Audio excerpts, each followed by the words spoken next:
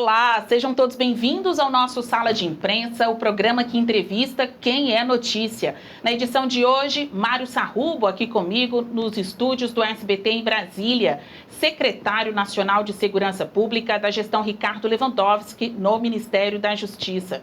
Procurador-Geral de Justiça do Estado de São Paulo por 2 mandatos entre 2020 e 2024. Também professor universitário de Direito Penal. Ele deixa o cargo na Secretaria Nacional de Segurança Pública após 1 ano e 11 meses de gestão diretamente aqui da capital federal. Nos estúdios comigo para acompanhar a entrevista, fazer perguntas, ouvir as respostas e levar mais conteúdo para vocês, a nossa repórter Anita Prado, setorista de Polícia Federal e também dos assuntos relacionados à Justiça e Segurança Pública. E ainda, analista político e sempre repórter Ranier Bragon, aqui comigo para a gente falar mais sobre este assunto. Tudo bem, secretário? Chamar assim, o senhor que está deixando a pasta agora, ainda está muito recente. Segurança pública é um assunto dos mais importantes, tanto na conotação social, na vida das pessoas, quanto também no aspecto político. O quanto tem candidato político ou pretenso candidato falando que possui um plano melhor de segurança pública para o Brasil. Então, vamos ouvir aqui quem há pouco estava lá comandando a Secretaria Nacional de Segurança Pública. Por que esse tema é tão criticado no Brasil? Obrigado, Basília. Prazer estar com vocês. Segurança pública é o tema mais atual hoje, é o tema mais discutido na sociedade brasileira. Tornou-se a maior preocupação da população de norte a sul do Brasil e será, sem sombra de dúvidas, o principal tema a ser discutido nas campanhas. O que num primeiro momento, me parece muito bom, porque a população vai ter a oportunidade de conhecer os melhores programas e votar naquele que possa vir a ser, na visão das pessoas, o melhor programa. Mas acho muito importante que isso, por outro lado, também nos leva a uma certa preocupação, porque hoje todo mundo entende de segurança pública, virou como futebol, né? Todo mundo tem uma solução para a segurança pública. É como futebol, todo mundo entende de futebol, segurança pública é a mesma coisa. Então nós precisamos ter muito cuidado, porque as questões de segurança do Brasil, elas só serão resolvidas a médio prazo e se nós olharmos para as evidências científicas, os estudos, os modelos que foram adotados e que tiveram sucesso para serem adaptados no Brasil e a partir daí construirmos um país mais seguro ou pelo menos com uma sensação de segurança melhor para a população. O senhor está falando que um mandato de 4 anos não resolve, uma gestão de 1 ano e 11 meses também não, quando o senhor chama atenção para essa questão do médio prazo. Olhando o jogo político como um campo de futebol, o governo fez uma alteração no seu time agora com o novo ministro de Justiça, o Wellington César, também um novo secretário da pasta, Chico Lucas. A minha pergunta pode parecer um pouco incômoda, mas está na cabeça de muitas pessoas. Por que o assunto segurança pública não aparece ou não é visto como uma marca de um governo de esquerda progressista, do governo Lula? Na verdade, talvez nós todos tenhamos pecado um pouco na nossa comunicação, porque esta sempre foi uma preocupação. Eu me lembro bem, logo que cheguei a Brasília, fui convidado a conversar com o presidente Lula e ele me pediu de forma muito enfática que nós tivéssemos um programa consistente, que essa era uma preocupação do presidente Lula, do governo, mas ao longo do período desses quase 2 anos, 1 ano e 11 meses, nós tivemos problemas com o orçamento, que é natural, não fomos só nós, né? Todos os outros setores do governo tiveram. Nós tivemos talvez algumas questões que pudessem ser comunicadas de forma mais efetiva, e o Brasil passa por turbulências políticas a cada momento, cada hora é alguma coisa acontecendo. Mas é a política que atrapalha a segurança pública? Eu acho que sim, eu acho que a política, a segurança pública, eu tenho dito nessas últimas rodadas aí que eu tenho feito com a imprensa, que a ideologia política e a polarização têm prejudicado muito o debate de segurança pública. Então fica muitas vezes a ideia de que o governo federal não está fazendo nada, está inerte, quando são inúmeros programas que estão acontecendo. E há ainda talvez um entendimento da população de que o roubo de rua, que é o que mais interessa, vamos ser francos, né? A pessoa não quer ser roubada ao sair para o trabalho, ao chegar do trabalho. Perder a bolsa, perder o celular. Perder a bolsa, o celular, o carro, essas coisas todas. E como se isso fosse culpa exclusiva do governo federal. É interessante esse debate, quando na verdade isso é um policiamento ostensivo, isso é uma questão dos estados.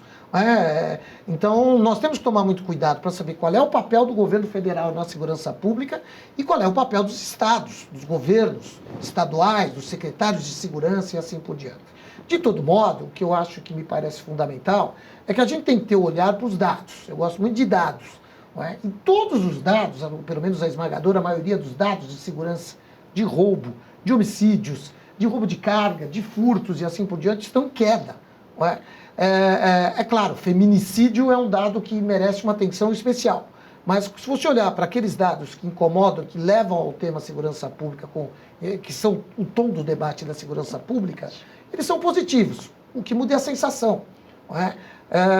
Às vezes você mora num determinado bairro e faz 2 meses que não tem um roubo ali. Mas se acontecer um roubo neste final de semana, a sua sensação volta e você vai continuar achando que está mal. Mas antes era toda semana, mas ninguém percebe isso. Então, há uma dificuldade, nós da área temos essa dificuldade. A segurança pública é muito mais sentimento do que propriamente realidade. Secretário, eu queria abordar essa questão que o senhor falou, que é necessário saber qual é o papel do governo federal na segurança pública. O governo federal já teve um Ministério da Segurança Pública e estuda-se recriar esse ministério. O senhor falou também do problema orçamentário. Essa recriação não seria mais uma coisa cosmética? Qual que é o papel que o senhor defende para o governo federal na área da segurança pública? Particularmente, eu participei de debates internos aí no governo e fui muito claro, eu sou favorável à criação do Ministério da Segurança Pública, mas evidentemente não agora. Eu acredito que nesse final de governo a gente teria que canalizar investimentos para a Secretaria Nacional de Segurança, para o Ministério da Justiça, porque para se criar um ministério neste momento, e isso demandaria energia, recursos públicos que podem ser empregados e que devem ser empregados, e ao que parece essa foi a decisão correta, em meu sentido, do presidente Lula. Agora, acredito eu que no próximo governo isso deva acontecer, porque esse debate está muito forte no governo hoje, e acredito que se o presidente, e esperamos que haverá de ter um novo mandato, e ele deverá criar o Ministério da Segurança Pública, mas é um achismo, ninguém falou. O próprio Lula já falou para os senhores? Não falou nada disso. O presidente é muito democrático, então sempre houve debates internos, nem todos eu participei, evidente, estou num escalão um pouco mais abaixo, mas ao que sei, esse debate foi muito forte e o presidente sempre ouve muitos ministros, em especial aqueles que foram governadores, como ouvia o ministro Lewandowski, e haverá de ouvir, está ouvindo o ministro Wellington Lima, então eu quero crer que para um próximo mandato isso deva acontecer. Mas o que fazer para não acontecer o que já aconteceu? Criaram um ministério, depois descriaram. Pois é, essa é uma cultura que tem que mudar. Aliás, segurança pública tem um grande defeito no Brasil, isso não acontece só no governo federal, acontece também nos estados. Ninguém dá continuidade ao projeto do outro. E a gente sempre teve esse cuidado, neste governo, de dar continuidade ao que era bom do passado. Então, alguns projetos que tinham, etc. e tal, nós na Senasp procuramos dar seguimento, às vezes faz um ajuste aqui e outro ali, mas porque segurança pública é um processo muito longo, então não dá para interromper o programa de uma hora para outra. Então, essa é uma realidade importante. Doutor, falando sobre projetos, o senhor tinha um projeto no Rio de Janeiro, após a Operação Contenção, que foi uma operação polêmica no Rio de Janeiro, teve um burburinho muito grande com relação à interlocução entre União e os estados, Essa é uma grande preocupação dos eleitores hoje em dia e foi criado, portanto, um escritório para tentar conter o crime organizado ali no Rio de Janeiro. O senhor era um dos líderes desse projeto. O que eu queria saber, doutor, o que vocês tiraram dessa secretaria, se vocês conseguiram extrair dados, se teve alguma melhora, se vocês têm alguma coisa para apresentar com relação a esse projeto, ou se ele ficou ali só no campo das ideias. Não ficou não. Na verdade, nós já estávamos trabalhando junto com a Secretaria de Segurança Pública do Rio, com o secretário Vitor. Nós já tínhamos o nosso trabalho, o foco era em 3 áreas especificamente. Divisas, as divisas do Rio de Janeiro, junto com a Polícia Rodoviária Federal, junto com a Força Nacional. Esse era o primeiro foco. O outro foco, nós instalamos no Rio de Janeiro um projeto que é o projeto CIFRA, Comitê de Inteligência Financeira e Recuperação de Ativos, Então, a Senasp, nós deixamos lá no Rio de Janeiro cerca de 10 ou 20 profissionais da Senasp trabalhando diretamente com os profissionais da Secretaria de Segurança do Rio, olhando só para fluxo financeiro do crime organizado e procurando fazer essa recuperação dos ativos, que é, na nossa visão, talvez o passo mais importante para se desestruturar essas organizações criminosas. E o terceiro foco é na captura. O Rio de Janeiro tem aquela característica de muitas lideranças de outros estados estarem ali nas comunidades. Então nós montamos lá junto com a Secretaria uma célula chamada Célula Captura, e a partir daí há um trabalho de inteligência para ver quais os mandados de prisão que vêm de todo o Brasil e se essas pessoas podem estar nessas comunidades. Não por outra razão, o Rio de Janeiro tem feito operações muito positivas de captura de lideranças criminosas de outros estados. Aí, recentemente, algumas semanas atrás, teve lá, eu vi numa vinheta de um jornal na televisão, pensei, olha, é o captura, e era, né, dando o efeito, claro, méritos todos da autoridade local, mas é o apoio do governo federal, sem dúvida. Esse escritório, ele foi finalizado, ele finalizou ou ele ainda continua atuando? Não, ele continua lá, os nossos profissionais continuam lá, ele não aparece muito, as pessoas às vezes imaginam, né, um lugar, o logo, e dali partindo operações, mas não, é muito mais um trabalho no campo da inteligência, no apoio da inteligência, para que as coisas possam acontecer, para que as operações possam ser mais consistentes e efetivas. Secretário, o senhor falou que na primeira resposta para Brasília da questão, ou na segunda, da questão da politização, que isso atrapalha a segurança pública. Eu queria saber do ponto de vista da esquerda, o senhor que já um ano e 11 meses aí atuou aí na área, qual que foi o que a esquerda está errando ou tem de equivocado nesse tema do seu ponto de vista? Olha, no fundo, esse período que eu passei no governo, nós trabalhamos com muita liberdade, essa liberdade foi dada pelo presidente Lula e, em especial, pelo ministro Lewandowski. Então, nós desenvolvemos projetos, independentemente de ideologia política e etc. e tal. É evidente que esse é um debate, o grande debate que se coloca segurança pública precisa de força. E é claro que a esquerda sabe que precisa de força. Não há nenhum governador ou presidente da República de esquerda que não queira que nós tenhamos uma polícia forte, etc. e tal. Agora, o que significa força? Se força significa matar cada vez mais, essa não é a visão da esquerda, e isso não me parece um equívoco. Até porque se matar resolvesse o problema, alguém poderia até defender com alguma substância, mas não é o caso. Nós não podemos dar a um policial militar, ou a um policial civil, ou qualquer profissional de segurança pública, o direito de dizer quem vai viver e quem vai morrer. Então, essa é uma visão da esquerda que eu sou, evidentemente, favorável. Aliás, eu sou um homem de esquerda, e, portanto, eu estou muito alinhado com esse olhar, que é um olhar que muitas vezes a gente vê, não estou aqui fazendo qualquer crítica à operação do Rio de Janeiro, não é isso. Mas a população aplaudiu o fato de cento e tantas pessoas morrerem.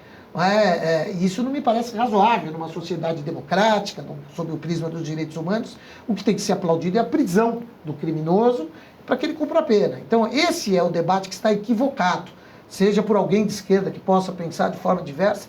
E talvez uma outra questão que eu acho importante a gente debater é, por exemplo, como retomar territórios, com polícia ou sem polícia?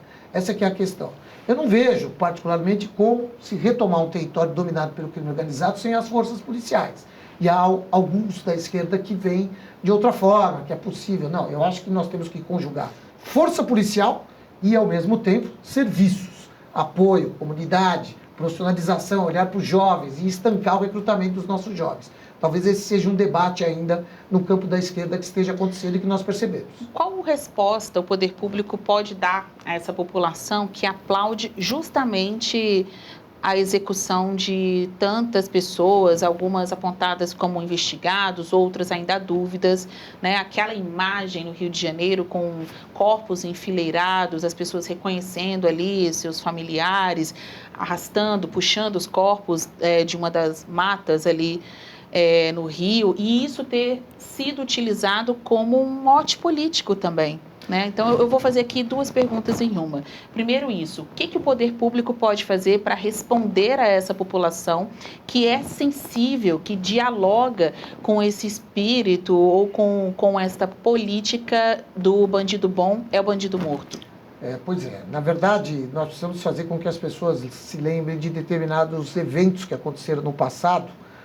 Os mais velhos, acho que aqui ninguém vai lembrar, eu que sou mais velho lembro.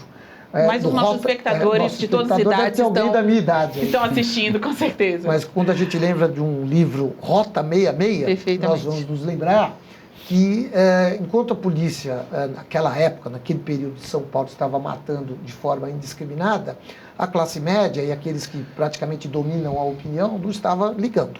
Até o dia que mataram um jovem filho da classe média paulistana, e aí virou o livro Rota 66, e aí todo mundo começou a pensar de forma diferente. Então nós temos que ter essa visão, porque se nós dermos autorização para se matar de forma indiscriminada em nome de mais segurança pública, no estilo aí que a gente tem visto em outros governos latino-americanos ou até na América Central, nós estaremos dando uma autorização para algo que pode acontecer amanhã com os nossos filhos, com os nossos parentes, com os nossos amigos.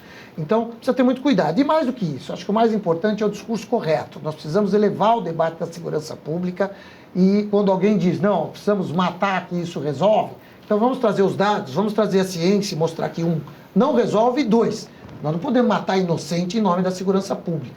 Nós não podemos matar ninguém em nome da segurança pública. A morte, ela é natural, ela acaba acontecendo nos confrontos, porque evidentemente num cenário de fuzis, de crime organizado muito bem instrumentalizado, isso vai acontecer. Essa é uma realidade da qual a gente não pode fugir. Mas nós precisamos fazer isso com técnica, com estrutura, para diminuir ao máximo o número de mortes. Complementando aí a sua resposta, que eu acho que ficou muito evidente a citação que o senhor fez, a buquelização desse assunto, né, da segurança pública, quando o senhor fala da região, de outros países, enfim, há um entendimento de que é assim, na visão de alguns integrantes da política brasileira, que você tem que fazer essa buquelização da segurança pública e agir mesmo a ferro e fogo contra os bandidos, contra a criminalidade, nem que seja antecipando algo que não tem no ordenamento jurídico, que é a pena de morte, matando mesmo bandidos no país. O que está acontecendo? É uma mudança cultural? O senhor acha que o seu governo que está fora de moda? Não, na verdade, eu acho que as pessoas estão cansadas. O Brasil vem com uma política de segurança equivocada há mais de 30, 40 anos e as pessoas estão exaustas e elas querem algum tipo de solução e aí qualquer operação fica boa. Não é? Então, muitas vezes as pessoas olham o que aconteceu aí nessa questão da América Central e acham que isso pode ser uma solução. Mas quando você lê profundamente, aliás, o grande problema é isso, hoje ninguém mais lê. As pessoas estão se informando pela rede social. Então, precisa ler o que aconteceu em El Salvador. El Salvador estão presos, naquela famosa prisão, mais de 20% da população. Então, se a solução é prender, vamos pensar no Brasil hoje, vocês que sabem, 180, 200 milhões de pessoas, se nós tivermos aqui condições de prender 40 milhões de pessoas, isso é razoável para o nosso país? É isso que nós vamos fazer para melhorar a segurança pública? Acho que passa muito longe disso. Nós vamos sair prendendo indiscriminadamente só porque tem uma tatuagem aqui e outra colar? Isso é uma realidade. Então, nós temos que trabalhar o Brasil, esse debate tem que ser muito mais qualificado. A imprensa tem um papel muito importante, na medida em que vocês têm um poder de informação muito bom e vocês precisam levar isso para as pessoas, para elas entenderem o que vai resolver a questão, que é a força da polícia, com o Estado entrando, com o Estado retomando territórios, impedindo o recrutamento dos nossos jovens e insisto, um trabalho de médio para longo prazo. Doutor, puxando ainda nesse gancho da Basília, com relação especificamente à Operação Contenção, te surpreendeu o fato do governador Cláudio Castro ter tido um boom na popularidade, assim, dando nome aos bois mesmo, depois dessa operação? Porque, veja, ele sequer estava cogitando, ele ainda estava em cima do muro com relação a vir a senador. Mas foi justamente depois dessa operação que ele viu a sua popularidade crescer. Isso surpreendeu o Ministério da Justiça e Segurança Pública e a você pessoalmente? Olha, me surpreendeu como cidadão, em primeiro lugar, né? E aqui não vai nenhuma crítica, até porque gosto muito do secretário Vitor, todos eles estão trabalhando muito lá e essas coisas, evidentemente, elas podem acontecer. Mas o que eu digo é o seguinte, volto a insistir em algo que nós já falamos aqui. As pessoas estão cansadas e qualquer tipo de solução satisfaz.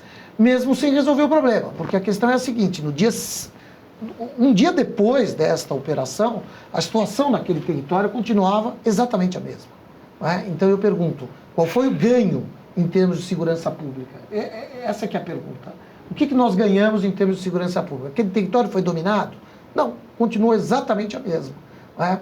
Um deputado levou para mim, à época na Senasp, um vídeo de um policial subindo aquela mesma comunidade no dia seguinte, e passando por barricadas com adolescentes com fuzis, etc. e tal.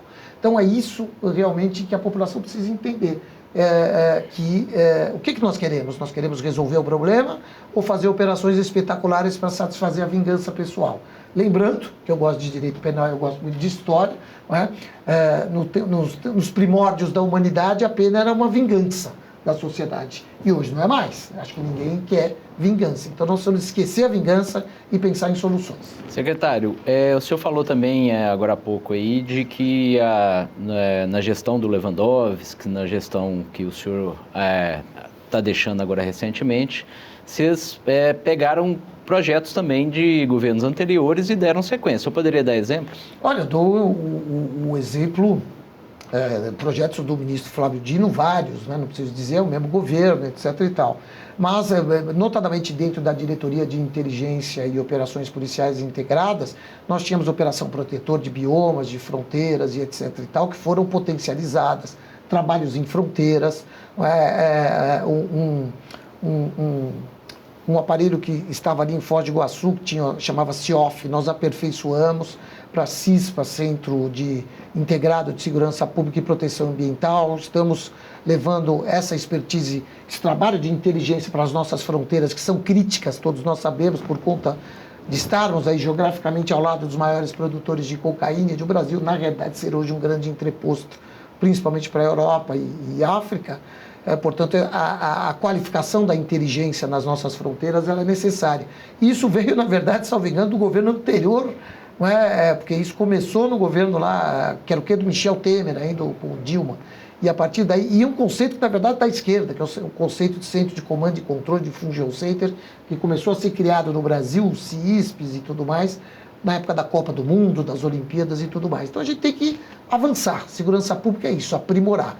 E foi o que a gente procurou fazer. E o que vocês estão deixando para essa nova gestão, o Wellington Chico Lucas, que o senhor acredita será reaproveitado ou será dada continuidade? Olha, eu brinquei com o Chico Lucas, que é um grande amigo, estou muito feliz que seja ele, assim como o ministro Wellington, foi procurador-geral da Bahia, então é contemporâneo de Ministério Público, enfim, são grandes amigos, mas eu diria a ele, se eu tivesse que ficar, seria pelo projeto Território Seguro, que acontece, está em implantação, está acontecendo nesse momento na comunidade Felipe Camarão, em Natal, Rio Grande do Norte, que é um modelo de retomada territorial, com muita inteligência, com muita integração, financiado pelo Ministério da Justiça e pelos governos estaduais, com participação de todas as forças e agora entrando lá com foco na entrada de serviços naquele território. É importante destacar que é um território médio e nós fizemos a operação, ela começou 6 meses antes,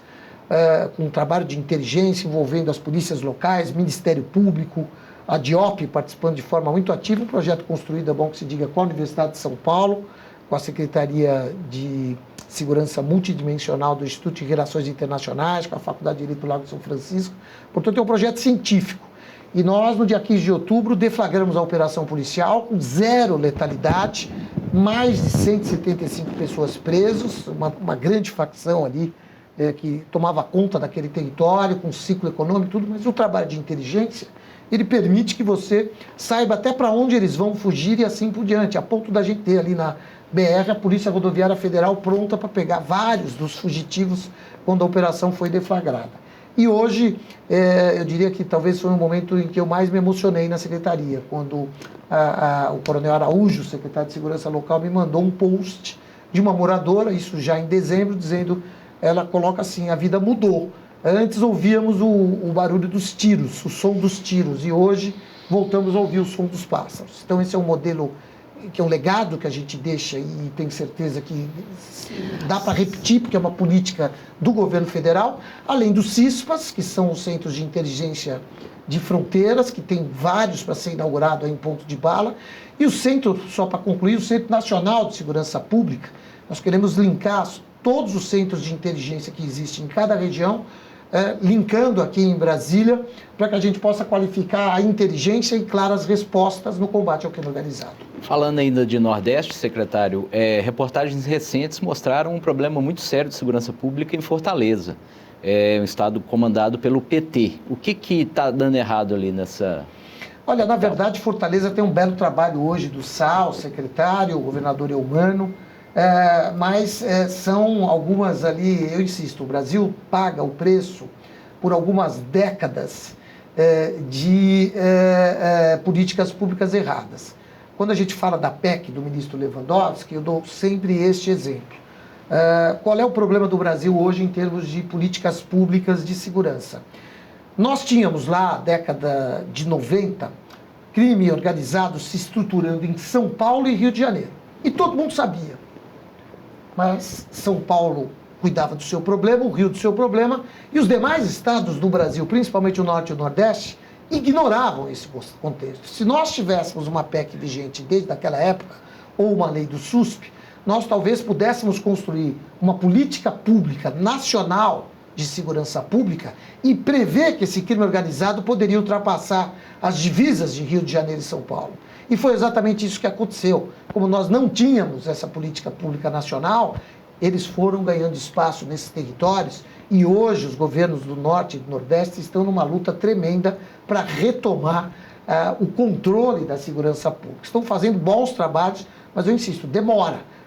Então o Ceará ele tem excelentes projetos, eu estive lá, tem um excelente secretário que é o Sá, que trabalhou muito nas UPPs no Rio de Janeiro e assim por diante, e eu acredito que os resultados devam acontecer em breve, como tem a Bahia, como tem Alagoas, como tem o Rio Grande do Sul, tem um belo projeto também. Então, eu costumo dizer que estou animado com a segurança pública do Brasil, porque eu rodei o Brasil e vi bons projetos. Secretário, sei que a Anitta quer perguntar sobre PEC da segurança pública, é um assunto que vai estar também presente aqui na nossa entrevista. Sobre Nordeste, Basília, só mais uma última pergunta. O Senapem fez um último levantamento, mostra que o Comando Vermelho já está em 25 das 27 unidades federativas do Brasil, e o Comando Vermelho é hoje a facção criminosa que mais cresce no país.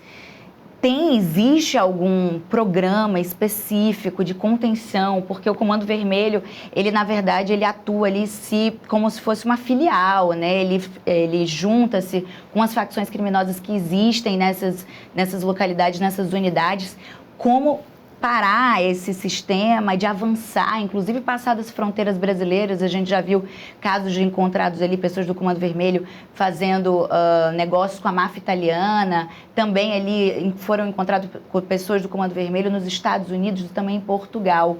Essa expansão do Comando Vermelho tem preocupado as autoridades. Acredito também que a Secretaria, como o senhor percebe esse problema, que é um problema recente, né? A gente percebeu isso maior ano passado, como que soluciona essa questão do Comando Vermelho hoje no Brasil, doutor? Só há uma saída, se nós qualificarmos a possibilidade de integração entre nossas forças e a inteligência, que é o que a gente tem feito com esses centros de inteligência e também com as redes.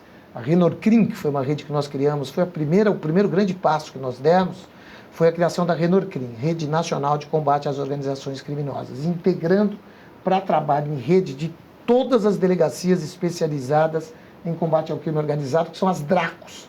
Cada estado tem a sua DRACO. Nós trouxemos para Brasília, foram 3, 4 reuniões aqui de 3 dias, aquela sinergia, tomando chopp à noite, conversando, criando sinergia, integrando e consolidando o trabalho em rede dessas DRACOS. Na sequência, trouxemos os GAECOS dos Ministérios Públicos e, última etapa, ainda bem que fizemos isso no segundo semestre do ano passado, foram as FICOS da nossa Polícia Federal.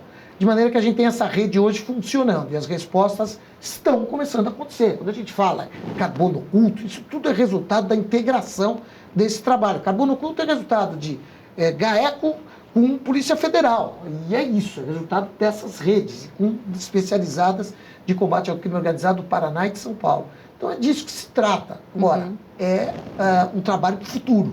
está acontecendo, mas os resultados demoram. Então, a gente não vai falar de PEC da segurança pública nesse bloco, eu vou deixar para o próximo bloco, o secretário, mas antes da gente terminar essa primeira etapa do nosso programa, eu queria que o senhor voltasse um pouquinho naquele projeto do território seguro, né, que é da sua gestão e do ministro Lewandowski, que começou pelo Rio Grande do Norte. Então, algumas perguntas no sentido de entender por que vocês não conseguiram, dentro da gestão de vocês mesmos, ampliar isso para outros estados. É porque é caro demais? Outra coisa, qual a garantia de que o governo vai continuar encampando este projeto? Porque se vocês que fomentaram o tema não conseguiram ir para outro estado, me parece, por que a atual gestão, que terá segmento, a gente imagina até o fim deste ano, vai ter força, braços para ir para outro estado? Na verdade, faltou um pouco de recursos, né? E a gente queria fazer uma experiência inicial. Né? Primeiro foram os estudos, nós passamos praticamente o ano de 2024 fazendo estudos, porque foi algo muito bem pensado, porque eu disse, isso tem que dar certo, porque o Brasil precisa dessa política, o governo federal precisa oferecer essa política para os estados. Então, demorou. E nós começamos, na verdade, no final de 2024, com seminários, com estudos e tudo mais, escolhemos um local que se adaptava àquilo que a gente pensava, que precisava de um ciclo econômico do crime, aquela história do toque de recolher, a roupa que vai usar, a mediação de conflitos entre as pessoas pelo crime organizado. Não podia ser muito grande, porque nós não temos ilusões, não é uma solução que você vai aplicar no Morro do Alemão ou na Penha de um dia para o outro, porque são realidades absolutamente distintas, mas a gente quer um modelo básico que possa ser usado em qualquer lugar do Brasil, se adaptando. Então foi uma primeira experiência. A grande dificuldade são os serviços, né? Porque a operação policial, como eu digo, é fácil, a gente está acostumado a fazer. Muita inteligência, muito preparo, integração, ok, o Ministério Público consegue as liminares, faz o trabalho de inteligência, tudo certo. Mas agora tem que entrar os serviços. E esses serviços não podem sair mais, porque a gente sai do modelo saturação para o modelo polícia comunitária. Não é? E o modelo, a gente espera que aquele local, daqui a alguns meses, seja um local como o bairro onde eu moro, em São Paulo, que tem um policiamento ordinário, comunitário e assim por diante. E que o crime organizado não volte, mas para isso a gente precisa da polícia estar preparada. Qualquer movimento do crime organizado para voltar, eles têm que agir. E a gente sabe que o crime organizado saiu de lá, foi para outro bairro. Exato. Então agora já estamos planejando a ação em outro bairro. E em outros estados. Não tive perna, nós saímos antes, né?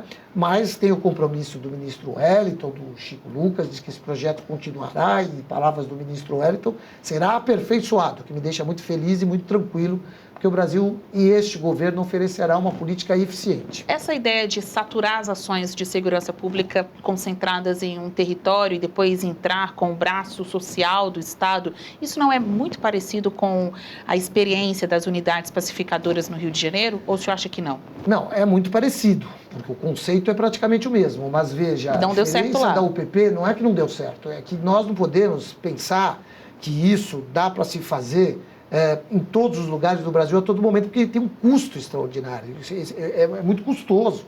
Então a gente tem que fazer por etapas para entender qual é a lógica e aos poucos os estados vão se preparando e vão construindo.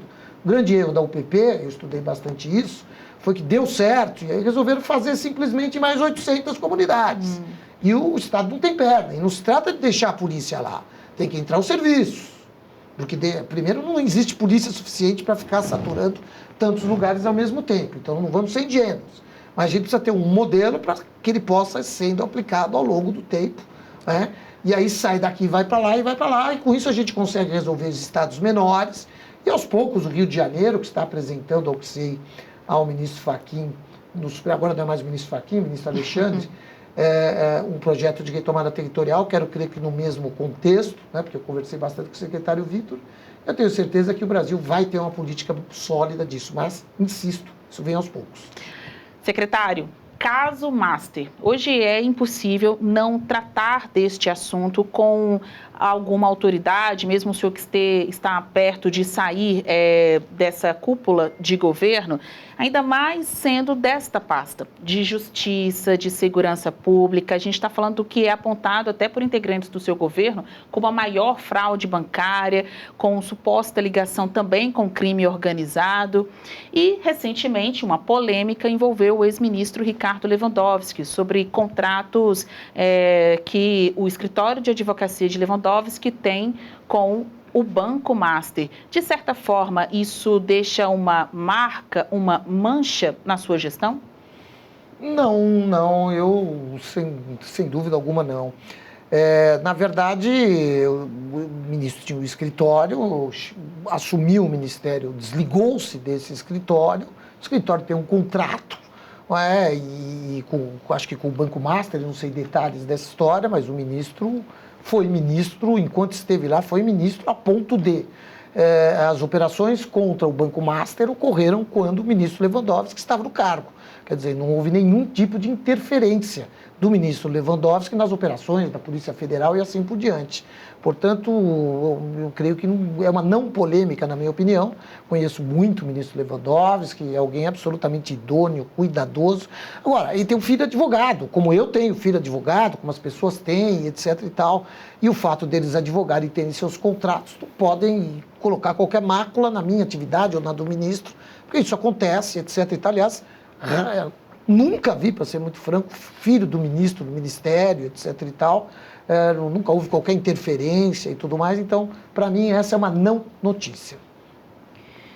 Doutor, ainda sobre o caso Master, a gente tem acompanhado uma certa polêmica envolvendo a atuação do ministro Dias Toffoli nesse caso, né, como relator do caso.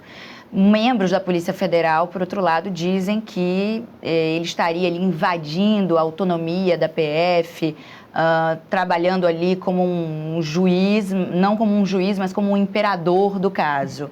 Eu queria saber a sua avaliação sobre isso. Você acha que a autonomia da PF está em jogo nesse caso? Olha, não, quero crer que não. Acho que o ministro Lewandowski está sendo cauteloso por conta da existência de autoridade com foro. E a gente já teve exemplos lá atrás de grandes operações. Eu, como procurador-geral, tive muitas operações, muitas vezes por questões envolvendo competências e foro privilegiado. Uma grande operação acaba sendo derrubada nos tribunais superiores. Então, é uma medida, quero crer, de cautela. E aí são aqueles ajustes naturais entre instituições, né? Eu me lembro bem, fui promotor de justiça criminal e muitas vezes tinha lá meus perrengues com a polícia, isso é natural dentro de uma investigação desse tamanho. Mas quero crer que, isso eu posso afiançar porque sou testemunha, do Ministério da Justiça para a Polícia Federal, zero interferência. Tanto que todos nós fomos surpreendidos com a operação do Banco Master. Eu não sabia, ninguém sabia, fiquei sabendo pelos jornais pela manhã. Até mesmo o ministro Lewandowski, que era natural, nós não estávamos sabendo de nada.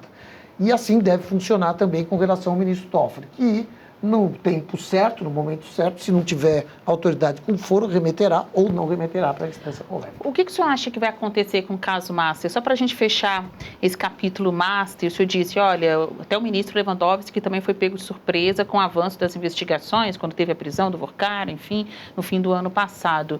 O senhor, que hoje é ex-secretário nacional de Segurança Pública, já viu muitas irregularidades, ilegalidades do ponto de vista de quem investiga. O que o senhor acha que vai acontecer com o caso Master? Olha, eu venho do Ministério Público, eu trabalhei no Ministério da Justiça. O que a gente espera é justiça, que aqueles que sejam punidos, que aqueles que sejam culpados sejam efetivamente punidos e rigorosamente punidos, porque muitas pessoas estão pagando esse preço, fundos de pensão, quer dizer, muitos aposentados vão ter prejuízo lá na frente por conta dessa suposta fraude. Eu não conheço os detalhes, mas a minha expectativa é que a punição venha. Acho que o clima do Brasil hoje não permite outra solução que não a punição rigorosa dos responsáveis. Secretário, ainda nesse caso do Master, o senhor fala que não houve interferência, mas o que o senhor imagina que é o interesse do banqueiro ao procurar, por exemplo, o escritório de advocacia de familiares do ministro da Justiça, de familiares do ministro do Supremo Tribunal Federal? Qual que é o interesse do banco nesse sentido? Na verdade, veja, quando tem um parente de ministro e assim por diante, sempre se imagina uma linhagem de capacidade profissional boa. E, claro, talvez lá ele tivesse tido a visão, não sei dizer, no sentido, até pelo número de pessoas ali, pudesse ter a visão de poder influenciar decisões e assim por diante. Mas daí a isso acontecer, na realidade, eu acho que estamos muito distantes. O que eu posso dizer é da nossa cozinha ali do Ministério da Justiça. Eu estive lá esse tempo todo ao lado do ministro Lewandowski, e ali eu posso afiançar, não teve absolutamente nenhum tipo de influência. Mas era algo que parecia ser um método, né, de criar tentáculos nas mais variadas esferas de poder, e muito provavelmente com isso tentar obter vantagem. Mas parece que não deu certo. Foi liquidado pelo Banco Central e está sendo fortemente investigado pela Polícia Federal. Beleza. Secretário, eu queria mudar de assunto agora. A PEC da Segurança Pública, um dos principais projetos do governo aí na área, está lá no Congresso. O senhor espera que seja aprovado e espera que seja aprovado do jeito que o governo enviou? Olha, para aprovar este relatório do ministro Mendonça, eu espero que não seja aprovado. Esse relatório, na minha concepção, é um retrocesso ao Sistema Único de Segurança Pública, que é uma lei de 2018, que é muito importante para o Brasil, para o crime organizado, e é um relatório que retrocede, porque enquanto a lei do SUSP fala em integração, esse relatório ele permite integrações locais, regionais, mas nada fala e enfraquece a integração em nível nacional, a construção de uma política nacional de segurança pública. A nossa expectativa é que o Congresso, que ele sempre responde positivamente, possa resgatar o texto do governo, fazendo os ajustes necessários, e entregue ao Brasil uma política nacional de segurança pública. Lembrando, se me permitirem rapidamente, o que o governo federal quer não é comandar a segurança pública do país, é coordenar. Há uma diferença entre comando e coordenação. Há governadores que ficam batendo no comando, e o governo não quer comandar a segurança pública, ele quer coordenar a integração, só isso. Mas está difícil, então, fazer essa integração, né? Para a gente ficar em dois assuntos que dependem mesmo de todas as unidades federativas, câmeras nas fardas dos policiais. Não é todo estado que apoia esta proposta. Os números mesmo do feminicídio. Aqui no nosso sala de imprensa, a gente recebeu a Márcia Lopes, ministra das Mulheres, e ela nos contou que também não são todos os estados que aderiram a um plano contra o feminicídio do governo federal. Então, como é que está? Ou, no caso, como é que esteve a conversa com estes governadores que são de oposição ao governo federal durante a sua gestão? Para esses dois assuntos, por exemplo, feminicídio e câmeras nas fardas. Muito difícil, porque muitos governadores polarizam e não querem aderir à política do governo federal para não dizer que está aderindo a uma política do campo progressista, do campo da esquerda. E isso é muito ruim, porque no fundo, todos os trabalhos são feitos para melhorar a qualidade de vida da população. Essa questão do feminicídio, por exemplo, das salas lilás, são opções que se dá para os estados que não têm recursos para construir delegacias da mulher. Esse é um mundo ideal no campo do feminicídio. Delegacia da mulher especializada para que a mulher tenha segurança na denúncia. Não tem de recurso para construir. A sala lilás é simples, é uma sala com cor, né? Tem uma cor específica, mas o atendimento por mulheres, para dar o acolhimento, porque a mulher, quando toma, ela leva o primeiro tapa, o primeiro soco, o primeiro empurrão, ela tem que denunciar. E ao denunciar, ela tem que ser muito bem acolhida para se sentir segura. E se houver o segundo, ela vai voltar. Agora, se ela for mal recepcionada, ela não volta. E aí vem o feminicídio. Então, é disso que se trata. E a gente tem tido muita dificuldade por conta da polarização política. E quanto mais chegarmos próximos ao período eleitoral, isso vai piorar. Clíter? Doutora, uma outra pergunta que, enfim, também tem a ver com política, né? Tudo tem a ver com política, mas especificamente a segurança pública, né? Nos estados que são conflagrados, né, pelo crime organizado, que tem grande presença do crime organizado, como, por exemplo, Rio de Janeiro e São Paulo, a gente tem visto casos públicos de agentes políticos, ou seja, de pessoas com cadeiras, com envolvimento com o crime organizado. Então, no Rio de Janeiro, a gente teve, por exemplo, uma operação da Polícia Federal que mirou o TH Joias, deputado estadual do Rio de Janeiro, que, enfim, tinha ligações, segundo as investigações, com o Comando Vermelho, também com outras facções. Ele, teoricamente, lavava dinheiro para o crime organizado. E a gente viu depois o presidente da LERJ, o Rodrigo Bacelar, que teria acobertado o TH Joias, ali vazado informações dessa operação, informações privilegiadas que ele teve acesso, segundo as investigações, através de um desembargador, enfim, toda uma estrutura de informações. Esse é só um dos casos, né, doutora? A gente tem casos como esse em pequenas cidades, pequenos municípios, já estados, chega a presidente da Alerj. Como que a gente pode interromper esse ciclo dessa inserção dessas pessoas ligadas ao crime organizado na política? Porque a gente já está em casos extremos, né? São pessoas que realmente são ligadas ao crime, sentados nas cadeiras. Nas últimas eleições municipais, a ministra Carmen Lúcia montou um comitê junto com o Ministério Público, participação do Ministério da Justiça através da DIOP, o Dr. Rodney participou desse comitê, para que a gente pudesse ter um trabalho de inteligência e identificar infiltrações de facções no processo político. Isso foi bom, porque no final das contas, na nossa contagem lá, foram 45 municípios em todo o Brasil que tiveram essa infiltração, são mais de 5.400, portanto, foi razoável, não o ideal. Mas a gente tem que aprimorar esse processo. Esse é um processo de aprimoramento das forças, no sentido de que temos que estar integrados, temos que juntar um sistema eleitoral para que sequer se dê diplomação ou sequer se permita que os partidos deem a legenda para essas pessoas. Então, tudo isso tem que funcionar. Isso envolve o Estado brasileiro, mas também envolve a sociedade civil. A sociedade civil precisa se organizar. O partido político precisa ter muita responsabilidade ao permitir filiação e dar a legenda para o candidato concorrer. Nesse caso, o que acontece é muito aquilo do transitado julgado. No caso do TH, por exemplo, ele já tinha uma investigação em curso, ele já era investigado por alguns crimes relacionados a tráfico de drogas, mas ele não tinha o transitado julgado, então ele podia concorrer e ser eleito e sentar na cadeira. Esse é um problema do sistema eleitoral brasileiro? A gente vê isso acontecer com frequência. Seríssimo. E a gente tinha a lei da ficha limpa, que era uma lei muito consistente, muito importante. Eu nem sei como ficou isso, mas parece que retrocederam em algum aspecto. Tem um monte de ficha suja voltando aí. Exatamente. E a gente precisa, ao contrário, nós precisamos... Veja, o crime organizado hoje é máfia, não é? Já está em estrutura mafiosa, porque ele intervém na sociedade civil, nos negócios, questão das fintechs e também no sistema eleitoral e político.